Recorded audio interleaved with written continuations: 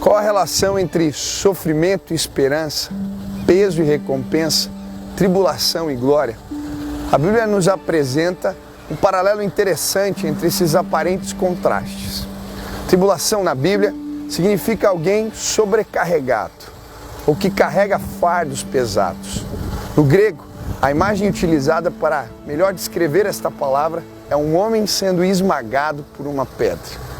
Já a palavra glória, embora no Novo Testamento ela represente brilho ou luz, no Antigo Testamento ela também representa peso.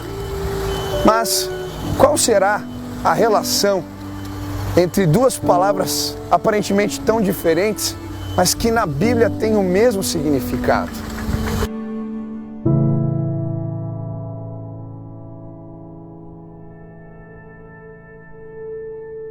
Todos nós, em algum momento da vida, fazemos esta pergunta sobre por que as tribulações existem, por que as coisas não dão certo, por que a injustiça prevalece, por que o ímpio prospera. Isto é sorte, azar, punição divina, ou simplesmente isso representa a brincadeira de um Deus que se diverte com o sofrimento humano? Foi esta pergunta que um jovem me fez alguns anos atrás. Ele me disse: onde é que Deus estava quando os meus pais se separaram? Onde é que Deus estava quando passamos por necessidades em casa? E diante daquela pergunta, me veio à mente um texto da palavra de Deus.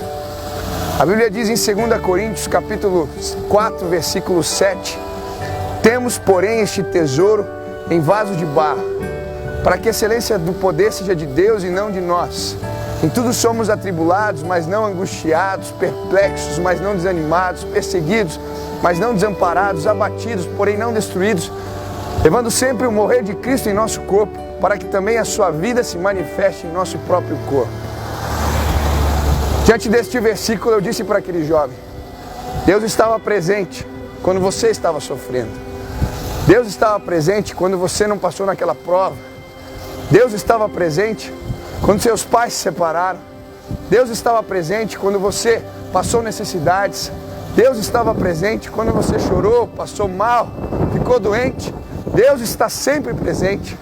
Mas a conclusão desse texto é ainda mais surpreendente.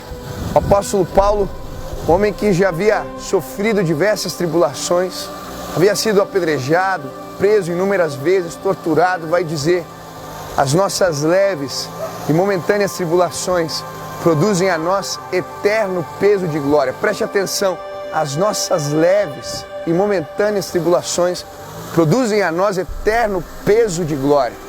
Ele vai usar a palavra glória com o sentido do Antigo Testamento aqui, significando peso. Isso porque no passado os reis, os reinos antigos subiam em balanças e os seus servos lhes traziam presentes até que a balança ficasse equiparada. Este então era o peso da glória do rei. Isso significa que Deus não só vê as nossas tribulações e os nossos sofrimentos, mas Ele nos recompensa pela postura que temos diante deles.